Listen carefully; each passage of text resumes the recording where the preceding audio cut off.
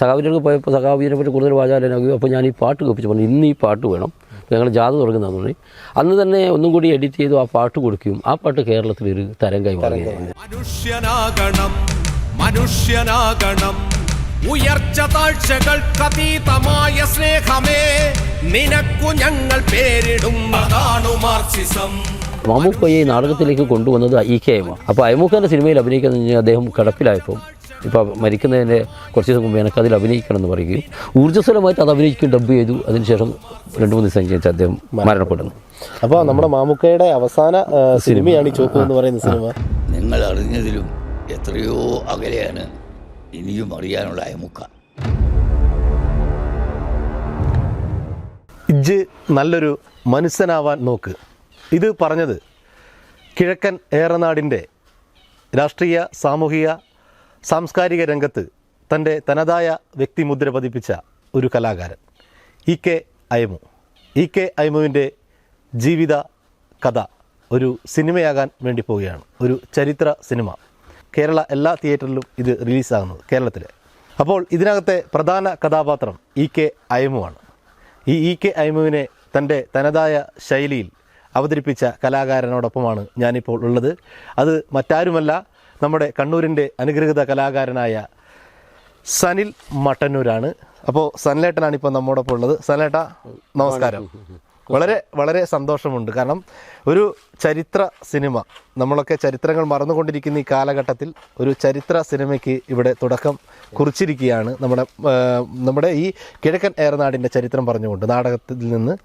അപ്പോൾ അതിൽ ഈ ഇ.കെ. അയ്മുവായിട്ടുള്ള അങ്ങയുടെ കടന്നു വരവ് എങ്ങനെ? മുട്ടുമടക്കി തല കുനിച്ച് തിരുവായിക്കെതിർവായില്ലാതെ ഓച്ചാനിച്ച് നിൽക്കുന്നു. അവിടുന്ന് അങ്ങോട്ട് പടിപടിയായി നമ്മൾ ഉയർന്ന് മുട്ടു നിവർത്തി തലയുയർത്തി വളഞ്ഞു നിൽക്കുന്ന വിരലങ്ങനെ മടക്കി മുട്ടി ചുരുട്ടി മുറുക്കി മുകളിലേക്ക് ഉയർത്തി മാനമുട്ടി വിളിച്ചു. എന്ത്? ഇൻക്ലാബ് സിന്ദാബാദ്!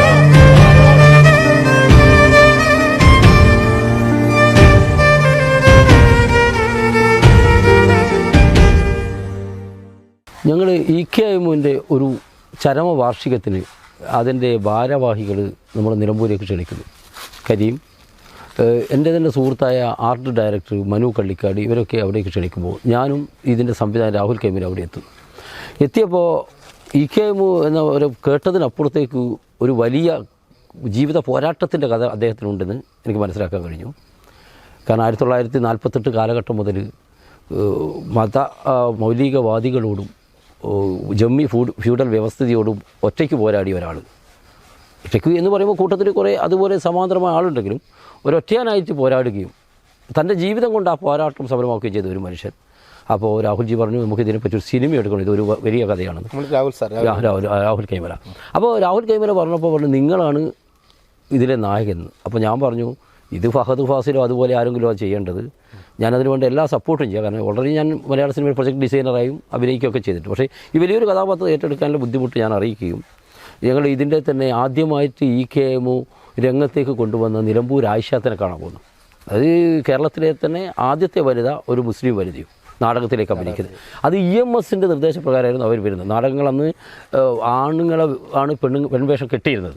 ആ കാലഘട്ടത്തിൽ EMS ഈ പെൺവേഷം തന്നെ പെണ്ണുങ്ങൾ തന്നെ ചെയ്താൽ നമ്മൾ പോരാട്ടത്തിൻ്റെ നവോത്ഥാനത്തിൻ്റെ ഇതുമായിട്ട് പോകുമ്പോൾ അത് തന്നെ ചെയ്യണം, അതിനുവേണ്ടി ശ്രമിക്കണം എന്ന് പറഞ്ഞിട്ടാണ് ഈ നിലമ്പൂർ ആയിഷ വരുന്നത്. അപ്പോൾ ആയിഷാത്തൻ്റെ വീട്ടിലേക്ക് ഞാൻ കയറിപ്പോകുമ്പോൾ അയ്മുക്കിനെ പറ്റി ഞങ്ങൾ സിനിമ എടുക്കുന്നവർ വളരെ സന്തോഷം. പക്ഷേ ഒരു അയ്മുക്കുണ്ടല്ലോ, ഈ അയ്മുക്കിനെ പോലത്തെ ഒരാൾ ഇവിടെ നിൽക്കുന്നുണ്ടല്ലോ എന്ന് എന്നെ ചൂണ്ടി പറയുക. ആയിഷാത്ത പറഞ്ഞു അയ്മുക്കിനെ പോലത്തെ ഒരാൾ നിങ്ങളുടെ കൂട്ടത്തിലുണ്ടല്ലോ എന്ന് പറയുന്നത്. അപ്പോൾ ഞാൻ കുറച്ചും കൂടി കോൺഫിഡൻ്റായി എൻ്റെ സംവിധായകൻ്റെ കണ്ടെത്തലുകൾ ശരിയാണെന്ന്. പിന്നീട് നമ്മൾ ഒരു ട്രാൻസ്പോർട്ട് മിനിസ്റ്റർ ജനിക്കാൻ മലപ്പുറത്തുണ്ടായിരുന്നു. പിന്നെ അത് ഈ അയ്മുവിനെ കൂടുതൽ അറിയാൻ പോയി. ട്രാൻസ്പോർട്ട് മിനിസ്റ്റർ ഇമ്പിച്ചി ബാവ എന്ന് പറയും, ഇമ്പിച്ചി ബാവയുടെ ഭാര്യ. കാരണം ഇമ്പിച്ചി ബാവ ഇയാൾ സിനിമ എടുക്കുമ്പോൾ വലിയൊരു കഥാപാത്രമാണ്, ഇദ്ദേഹമായിട്ട് വളരെ ബന്ധമുണ്ട്. അപ്പോൾ ഇമ്പിച്ചി ബാബൻ്റെ രൂപസാധിച്ചുള്ള ആൾ അദ്ദേഹത്തിനൊരു മകനുണ്ടെന്ന് പറയുന്നു. അവരെ തന്നെ ഇതിൽ അപ്പോൾ ഇതിൽ ക്യാരക്ടറുകൾ നോക്കാൻ പോകല്ലേ.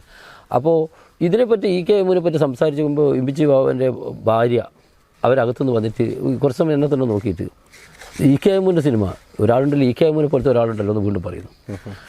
പിന്നീട് ഇ.കെ. അയ്മുവിനെ പറ്റി അവരെ സുഹൃത്തുക്കളായ മാനു മുഹമ്മദിനൊക്കെ അയാളെ പോസ്റ്റേഴ്സ് ഇതൊക്കെ പഠിക്കുകയായിരുന്നു എൻ്റെ ലക്ഷ്യം. അപ്പോൾ എൻ്റെ ശരീരം കുറച്ചുകൂടി വണ്ണം വെച്ചതായിരുന്നു. പിന്നീട് ഞാൻ ഒരു 3 മാസം എൻ്റെ ശരീരത്തെ അതിന് വേണ്ടി പാകപ്പെടുത്തി ഈ കഥാപാത്രത്തിൽ. എന്നാലും എനിക്ക് ഒരു ഭയം ഉണ്ടായിരുന്നു സെൻട്രൽ ക്യാരക്ടർ ചെയ്യാൻ. പിന്നീട് അത് അയാളുടെ ജീവിതത്തെ പകർത്തിയെടുക്കാൻ പറ്റിയെന്നുള്ളതാണ് മറ്റുള്ളവർ പറയുന്നത്. ജീവിതത്തിൽ കണ്ടവരൊക്കെ വളരെ അപ്രിഷ്യേറ്റ് ചെയ്തു. ആദ്യത്തെ ഷോട്ട് എടുത്ത് കഴിഞ്ഞപ്പോൾ തന്നെ ഇത് വളരെ അവരുടെ ചലനങ്ങൾ പോലും ഞാൻ ഏറ്റെടുത്തിട്ടെന്ന് പിന്നീട് പറയുകയുണ്ടായി. അപ്പോൾ അങ്ങനെ ആ സിനിമയിലേക്ക് വന്ന് അഭിനയിച്ചു. പല ഈ ഒരു ചരിത്ര സിനിമ എടുക്കുന്നത് എന്നുള്ള വലിയ ഒരു പ്രശ്നമാണ്. സാധാരണ സിനിമ എടുക്കുന്നത് 10 ഇരട്ടിയാണ്. അന്നത്തെ മരങ്ങൾ, അന്നത്തെ പ്രകൃതി, അന്നത്തെ ചുറ്റുപാടുകൾ, ഇപ്പം വാർക്ക വീടുണ്ടാവില്ല, ഇപ്പം ടവറുകളൊക്കെ ആലട്ടെ, അതിനുള്ള പാശ്ചാത്യത്തിലുള്ള സ്ഥലങ്ങൾ കണ്ടെത്തുന്നതോളം വിഷമമാണ്. അപ്പോൾ ഞാൻ തന്നെ അതിൻ്റെ പ്രൊജക്ട് ഡിസൈനായിക്കൊണ്ട് ഇതിൻ്റെ മുമ്പോട്ടുള്ള പ്രയാണം ആരംഭിക്കുന്നത്. വയനാട് ആണ് ഞാൻ അത് സമയം ഒരു ജോലി ചെയ്യുന്നുണ്ട്, ഇലക്ട്രിക്കൽ ഇൻസ്പെക്ടർ എന്ന ഡിപ്പാർട്ട്മെൻറ്റിൽ വർക്ക് ചെയ്യുന്നുണ്ട്. അപ്പോൾ അത് വയനാട്ടിലാണ് ഞാൻ വർക്ക് ചെയ്യുന്നത്. അപ്പോൾ വയനാട് തന്നെയല്ലേ ഈ അന്നത്തെ 1940 കാലഘട്ടം വരുന്ന വിധത്തിലെ സംഭവങ്ങൾ കണ്ടെത്തി അവിടുന്ന് ഷൂട്ട് ചെയ്യും. അതിനുശേഷം കണ്ണൂർ ജില്ലയിലെ ചില ഭാഗത്തു നിന്ന് തില്ലങ്കേരി, മുളക്കോയി, നെൽമല ആ പ്രദേശങ്ങൾ, അന്നത്തെ നിലമ്പൂർ സാമ്യമുള്ള പ്രദേശങ്ങൾ കണ്ടെത്തുകയും അങ്ങനെ ആ ഷൂട്ടിങ് പിന്നെ വളരെ കഷ്ടപ്പെട്ടുകൊണ്ട് മുമ്പോട്ട് പോവുകയാണ്. കാരണം പിന്നെ ഇതിലെ ആർട്ടിസ്റ്റുകൾ സെലക്ട് ചെയ്യും കേരളത്തിൽ, ഇന്ത്യയിൽ തന്നെയുള്ള ആളുകൾ എന്ന് പറയണം. കാരണം അതിന് ഞങ്ങൾ പുരോഗമന കലാസാഹിത്യ സംഘം അവരെ കലാകാരന്മാരെ ഇതിനോട് സാമ്യമുള്ള ആളുകളെ മൊത്തം സംഘടിപ്പിച്ചു തന്നത് പുരോഗമന കലാസാഹിത്യ സംഘമാണ്. അപ്പോൾ പുകാസേൻ്റെ മൊത്തം ആളുകൾ പല ജില്ലകളിൽ നിന്ന് വന്നു. അപ്പോൾ ഇതിൽ നാടകക്കാരൻ, പിന്നെ ശ്രീഭാസ്കർ ഒരു നാടകക്കാരനിൽ അഭിനയിച്ചിട്ടുണ്ടല്ലോ. അപ്പോൾ ആ നാടകക്കാർ ഓരോ അന്നത്തെ കാലഘട്ട കഥാപാത്രം സാമ്യമാണ് ശ്രീഭാസ്കറിൻ്റെ എത്തുന്നത് പോലും. ഇന്നയാൾ, പിന്നെ അതോടൊപ്പം സതീഷ് കൊതേരി, ശ്രീവേഷ്കർ. അപ്പോൾ അത് സതീഷ് കൊതേരി, പ്രകാശ് ചെങ്ങൽ, ഇപ്പം നാടകത്തിൻ്റെ സംസ്ഥാന പ്രതിനിധി, ഇപ്പം ഈ ഒരു കുറിഞ്ഞി എന്ന് പറഞ്ഞ അയാൾ പ്രധാന വേഷം ഒരു പടം ചെയ്തിട്ടുണ്ട്. നേരത്തെ സിനിമ ചെയ്ത ആൾ ശിവദാസ് മട്ടൻ, പിന്നെ ഒരു കലാകാരൻ. പിന്നെ നമ്മൾ ജയൻ ചേർത്തല, അതായത് നിലമ്പൂർ കോവിലകത്തെ തമ്പാനായിട്ട് അദ്ദേഹം അഭിനയിക്കുന്നത്. അപ്പോൾ പിന്നെ നമുക്ക് അന്ന് ഇവരെ നിലമ്പൂർ ബാലൻ എന്ന് പറഞ്ഞ ഒരാളുണ്ട്. നിലമ്പൂർ ബാലൻ ഒരു സ്വാമി ഇങ്ങനെ തേടിയപ്പോൾ മലയാള സിനിമയിൽ കോട്ടയം നസീറാണ് ഇവരായിട്ട് രൂപം സാധിച്ചു. അങ്ങനെ കോട്ടയം നസീറിനെ സമീപിക്കുന്നു. നിലമ്പൂർ ബാലനായി കോട്ടയം നസീർ അഭിനയിക്കൽ ജീവിക്കുക ചെയ്തെന്ന് പറയണം. അങ്ങനെ എല്ലാവരും അതിനുവേണ്ടി വളരെ എഫേർട്ട് എടുത്തിട്ടുണ്ട്, ഓരോ കലാകാരും. പിന്നെ പ്രദീപ് മാളവിക, നാടകക്കാരൻ പ്രദീപ് കോഴിക്കോട്, അങ്ങനെ കേരളത്തിൽ അങ്ങോട്ടുള്ള ഒരുപാട് രംഗത്തെ കലാകാരന്മാർ. ഒപ്പം തന്നെ ഇതിലെ ടെക്നീഷ്യന്മാരായ പിന്നെ അന്നത്തെ ഉസ്മാൻ ഡോക്ടർ ഉണ്ടായിരുന്നു. അന്ന് നിലമ്പൂർ കോവിലം തമ്പാൻ്റെ അടുത്ത് അതൊരു കഥാപാത്രമാണ്. അപ്പോൾ ഉസ്മാൻ ഡോക്ടർ അധികം ഹൈറ്റും വെയിറ്റുള്ള. അപ്പോൾ അത് തേടിയപ്പോൾ നമുക്ക് ആ രൂപ സാധിച്ചാൽ കണ്ടത് സിയ എന്ന് പറഞ്ഞ ഒരു എഡിറ്ററിയാണ്. എഡിറ്റർ അന്ന് തീരുമാനിച്ചു. അപ്പോൾ ഈ നിങ്ങൾ ഇതുമായിട്ട് സാമ്യമെന്ന് പറഞ്ഞു. അദ്ദേഹം ഇത് അഭിനയിക്കാൻ ഞങ്ങൾ സമീപിക്കുന്നു. പിന്നീട് അദ്ദേഹം ഈ പടത്തിൻ്റെ എഡിറ്ററും കൂടി അദ്ദേഹം തന്നെയാകുന്നു. അപ്പോൾ അദ്ദേഹത്തിന് അതുമായിട്ട് ചോദിച്ചപ്പോൾ അങ്ങനെ സിയാൻ അഭിനയിക്കുന്നു. പിന്നെ മാനു മോഹൻ്റെ വേഷം കിട്ടുന്നത് സീരിയൽ രംഗത്ത് പ്രഗത്ഭനായ അനൂപ് ശിവസേവൻ.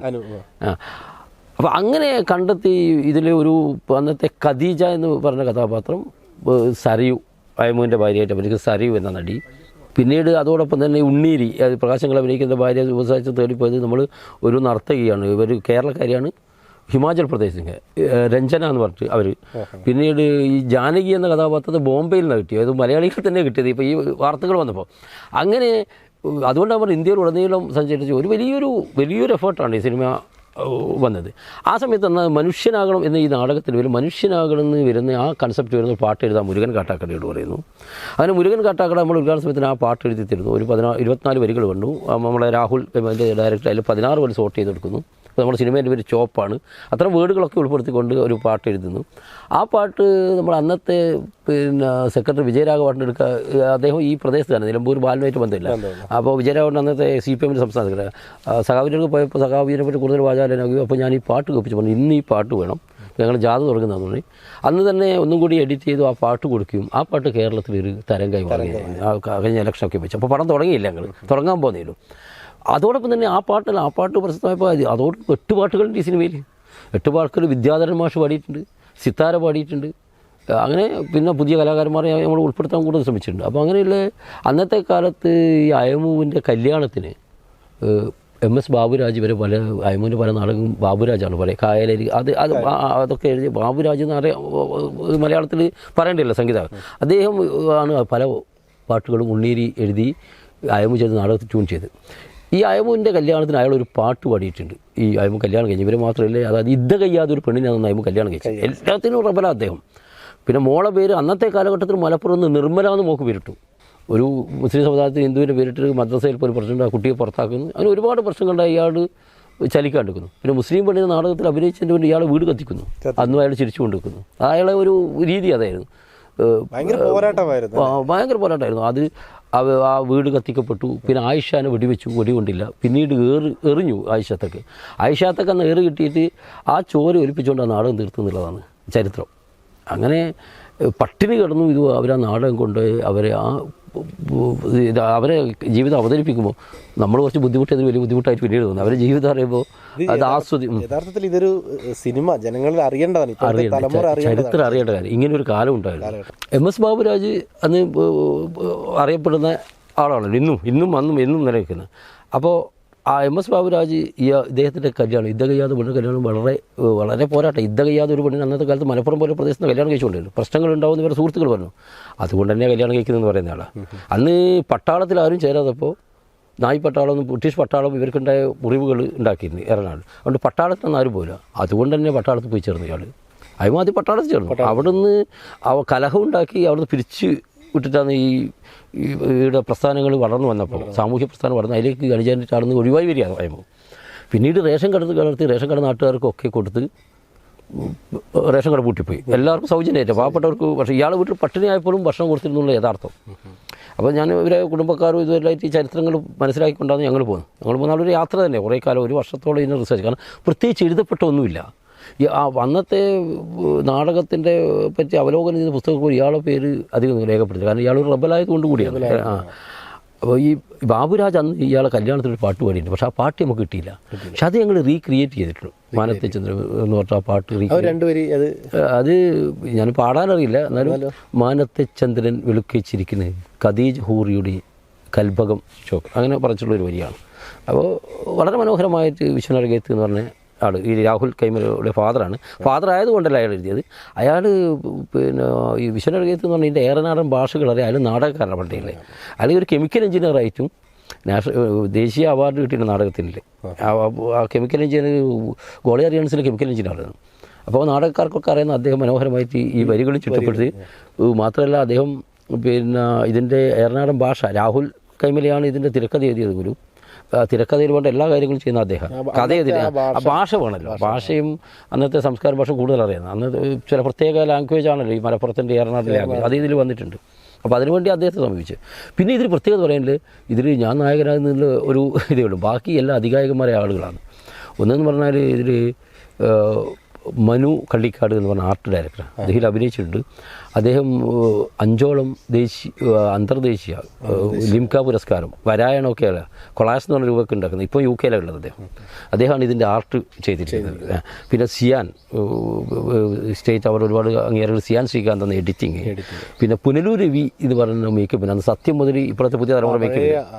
എനിക്കൊരു ഭാഗ്യം കിട്ടുക. എൻ്റെ ആദ്യത്തെ സിനിമയ്ക്ക് 10-15 വർഷം മുമ്പ് മേക്കപ്പ് ചെയ്ത രവിയാണ്. ഇന്ന് ഇതിനും രവിയാണ്. പിന്നെ എൻ്റെ ഒരു തമിഴ് അറിയാം, ഞാനും നിങ്ങളെ പരിചയപ്പെട്ടിരുന്നു. വളരെ സത്യം മാഷ് മുതൽ ഇങ്ങോട്ട് ജയൻ സാർ തൊട്ട് എല്ലാവരെയും മേക്കപ്പ് ചെയ്ത ഒരു മഹാനായ ഒരു മേക്കപ്പ്മാനാണ് അദ്ദേഹം ചെയ്ത്. അദ്ദേഹം രൂപമാറ്റം വരുത്തത് അമാസിങ് വളരെ ഇതായിട്ടാണ് ചെയ്തിട്ടിരിക്കുന്നത്. അപ്പോൾ ആ സമയത്ത് പിന്നെ അദ്ദേഹത്തെ ഈ ബന്ധമുണ്ട്. ഞാൻ ഒരു തമിഴ് പടത്തിലും അദ്ദേഹം മേക്കപ്പ് ചെയ്തു. ഞാൻ കുറച്ച് പടങ്ങൾ ഇങ്ങനെ ചെയ്തിട്ടുണ്ടായിരുന്നു അറിയാണ്ട്. കാരണം ഉദ്യോഗസ്ഥനവും മാറി നിന്ന് ഇങ്ങനെ ചില ആദ്യത്തെ എൻ്റെ പേരൊക്കെ മാറ്റായിരുന്നു. മുമ്പ് ആദ്യത്തെ പടത്തിൽ ഗസൽ മട്ടൺ എന്നൊക്കെ പേരിട്ട് ഞാൻ ചെയ്തത്. കാരണം ഈ പെർമിഷൻ മേടിച്ചാലും ബുദ്ധിമുട്ടാണ്. ഓഫീസിൽ നിന്ന് മാറിയിട്ട് സിനിമ ഒക്കെ ചെയ്യുമ്പോൾ ബുദ്ധിമുട്ടുകളുണ്ടായിരുന്നു. ഈ ഗവൺമെൻറ് പെർമിഷനൊക്കെ എടുത്തിട്ട് ചെയ്തിരുന്നത്. അപ്പോൾ ഇത്രയും സിനിമ ചെയ്തിട്ട് ഒരു മെയിൻ കഥാപാത്രമായി അത് ഈക്കയായുമാണ്. അത് ഒരു വലിയ ഭാഗ്യമാണ്. അങ്ങനെ ഒരു ചരിത്ര പുരുഷനെ അവതരിപ്പിക്കുക എന്ന് പറഞ്ഞത് എന്നെ സംബന്ധിച്ചോളം എനിക്ക് കിട്ടിയൊരു സൗഭാഗ്യമായി. ഇപ്പം ഞാൻ രാഹുൽ ജിയോടൊക്കെ ഞാൻ നന്ദി അറിയാം. അദ്ദേഹത്തിൻ്റെ വാശി ഞാൻ തന്നെ ചെയ്യണം എന്നുള്ളത്, എനിക്ക് ചെയ്യാൻ പറ്റുമെന്നില്ലേ ആ ധൈര്യം തന്നത്. പിന്നെ അതിൻ്റെ എൻ്റെ സുഹൃത്ത് തന്നെ അന്നൊരു ക്യാമറ ചെയ്തത് പ്രശാന്ത് പ്രണവ്. അപ്പോൾ അദ്ദേഹം നേരത്തെ ആദ്യത്തെ പടം ഞാൻ കോഴിക്കോട്. അതെ, അദ്ദേഹത്തിൻ്റെ ആദ്യത്തെ പടം ഞാൻ പ്രൊജക്ട് ഡിസൈനർ പടത്തിൽ അദ്ദേഹം ക്യാമറമാനായിരുന്നു. ഒരു ചരിത്ര സിനിമ, തില്ലങ്കേരി സമര ചരിത്ര സിനിമ, അതിനകത്ത് ആദ്യ ക്യാമറമാനായിട്ട് മലയാളത്തിൽ വരുന്നത്. അതിൻ്റെ ഒരു ബന്ധം ഒരു ഇതൊക്കെ ഉണ്ട്. എൻ്റെ ടീമായിരുന്നതുകൊണ്ട് ദിവ്യാട്ടനുമായിട്ടും ഇതേപോലെ പരിചയം കൊണ്ട് എനിക്ക് കുറച്ചും കൂടി കംഫർട്ടബിളായി. എൻ്റെ പ്രദേശങ്ങളിലേക്കാണ് ഈ സിനിമ കംഫർട്ടബിൾ സോണിലേക്ക് പോയിട്ടാണ് ഒക്കെ. ഞാൻ നേരത്തെ പല സിനിമയ്ക്ക് വേണ്ടി കണ്ടുകൊണ്ട് എനിക്കിത് വളരെ ഈസിയായിരുന്നു. ലൊക്കേഷൻ കണ്ടെത്തുന്നത് ഒക്കെ ഈസിയായിരുന്നു. അപ്പോൾ ഒരു സിനിമയിൽ അഭിനയിക്കുക മാത്രമല്ല സിനിമേൻ്റെ A to Z കാര്യങ്ങൾ ചെയ്യാൻ മാത്രമല്ല അതിനകത്തുള്ള എല്ലാ കാര്യങ്ങളും ചെയ്യാനും കൂടി പറ്റിയിട്ടുണ്ട്. കൂട്ടമായിട്ട് ചെയ്യാൻ പറ്റും. നമ്മളൊരു നാടക ക്യാമ്പിൽ എങ്ങനെയാണ് അതേപോലെ നമ്മൾ അത് വളരെ പരിമിതമായ സൗകര്യത്തിലല്ല ഇരുന്നത്. ഞാൻ പറയട്ടെ, ഇതിൽ പലരും ഇതിൻ്റെ ശരിയായ റിന്യൂമറേഷൻ പോലും വാങ്ങിയിട്ടില്ല ഈ കഥയായതുകൊണ്ട്. അത് ഈ മാമൂക്കോയ വന്നിട്ട് ഈ മാമൂക്കോയെ ഈ നാടകത്തിലേക്ക് കൊണ്ടുവന്നത് EK അയ്മ. അപ്പോൾ അയ്മൂഖാൻ്റെ സിനിമയിൽ അഭിനയിക്കുന്നത് കഴിഞ്ഞാൽ അദ്ദേഹം കിടപ്പിലായപ്പോൾ ഇപ്പോൾ മരിക്കുന്നതിൻ്റെ കുറച്ച് ദിവസം മുമ്പ് എനിക്ക് അതിൽ അഭിനയിക്കണം എന്ന് പറയുകയും അപ്പോൾ അങ്ങനെ ഒരു മാമൂക്കോയിൽ ഒരു സീൻ ആദ്യം നമ്മൾ വെച്ചിരുന്നു. അദ്ദേഹത്തിന് സുഖമില്ലാതുകൊണ്ട് മാറ്റി വെക്കാം, പക്ഷേ ഞാൻ തന്നെ അത് അഭിനയിക്കുമെന്ന് പറയുമോ ഊർജ്ജസ്വലമായിട്ട് അത് അഭിനയിക്കും, ഡബ് ചെയ്തു. അതിനുശേഷം 2-3 ദിവസം കഴിഞ്ഞിട്ട് അദ്ദേഹം മരണപ്പെടുന്നു. അപ്പോൾ നമ്മുടെ മാമുക്കയുടെ അവസാന സിനിമയാണ് ഈ ചോപ്പ് എന്ന് പറയുന്ന സിനിമ. എൻ്റെ ആദ്യ സിനിമ മാമുക്ക എൻ്റെ കൂടെ കോമ്പിനേഷൻ റോളായിട്ടാണ് തുടങ്ങിയിരുന്നത്, ചങ്ങാതിക്കൂട്ടം എന്ന് പറഞ്ഞ സിനിമ. അപ്പോൾ അവസാനം എൻ്റെ നായകനാകുന്ന പടത്തിൽ അവസാനം വന്നിട്ടാണ് അദ്ദേഹം. അതൊരു വേദനയുള്ള ഒരു കാര്യമായിരുന്നു മാമുക്കോൻ്റെ വിയോഗം ഈ പടത്തിന് നടക്കുന്നുണ്ടായത്. അല്ല, അദ്ദേഹത്തെ സംബന്ധിച്ചിടത്തോളം ഒരു കലാകാരൻ എന്നുള്ള രീതിയിൽ അദ്ദേഹത്തിന് കൊടുക്കാൻ പറ്റിയ ഏറ്റവും നല്ലൊരു ഇത് കൊടുത്തിട്ടാണ് നമ്മൾ. പിന്നെ മാത്രമല്ല അദ്ദേഹം സൗണ്ട് തന്നെ ഞാൻ തന്നെ ഡബ് ചെയ്യണമെന്ന് പറഞ്ഞ് ഡബ് ചെയ്തു. അപ്പോൾ ഇദ്ദേഹം അതിൻ്റെ ബന്ധത്തിൻ്റെ ഡീപ്നെസ് ഞാൻ പലർക്കും മനസ്സിലാക്കുന്നതാണ്. ആണ് ആദ്യമായിട്ട് നമ്മുടെ മാമുക്കയെ സിനിമയിലേക്ക് കൊണ്ടുവരുന്നത്. അത് അദ്ദേഹത്തിന്റെ ചരിത്ര സിനിമയിൽ തന്നെ അഭിനയിക്കണം എന്ന് അദ്ദേഹം പറയും. പിന്നെ ഒരുപാട് ആളുകൾ നിലമ്പൂർ ആയിഷയായിട്ട് ഇതിനകത്ത് അഭിനയിച്ചാരാ? യഥാർത്ഥത്തിൽ നിലമ്പൂർ ആയിഷ ഇപ്പോൾ ആയിഷ എന്ന് മഞ്ജു വാര്യർ സിനിമ വന്നു. അത് അയമൊക്കെ മരിച്ച ശേഷം അവരിവിടുന്ന് പൊറുതിമുട്ടി വിദേശത്തേക്ക് ഹൗസ്മേഡായി പോയതാണ് മഞ്ജു വാര്യർ അഭിനയിച്ച ആയിഷ എന്ന്. അതിൽ പറയുന്ന പോരാട്ടങ്ങൾ ഒറിജിനൽ ആയിഷ ഇവിടെ അവതരിപ്പിച്ചിട്ടുണ്ട്.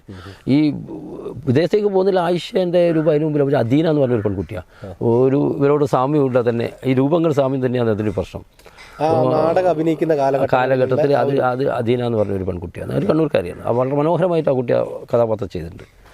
പിന്നെ ആ സിത്താരയുടെ പാട്ടും അന്നത്തെ കാലത്തെ പാട്ടുകളും ഇതൊക്കെ വന്നപ്പോൾ പടം ഇപ്പോൾ ഞാൻ വിചാരിക്കുന്നത് കണ്ടവരൊക്കെ അതിനെപ്പറ്റി വളരെ നമ്മളൊരു പ്രിവ്യൂ ഷോ വെച്ചപ്പോൾ തന്നെ തിയേറ്റർ ക്ഷണിക്കാലം നിലത്തിരുന്ന് കാണാൻ ഈ പാട്ടിൻ്റെ ഫേമസ് ആയതുകൊണ്ട് കൂടിയാണ് ആളുകൾ വരും. ഒരു തിയേറ്റർ കൂടി എടുക്കേണ്ടി വന്നു ആളുകൾ.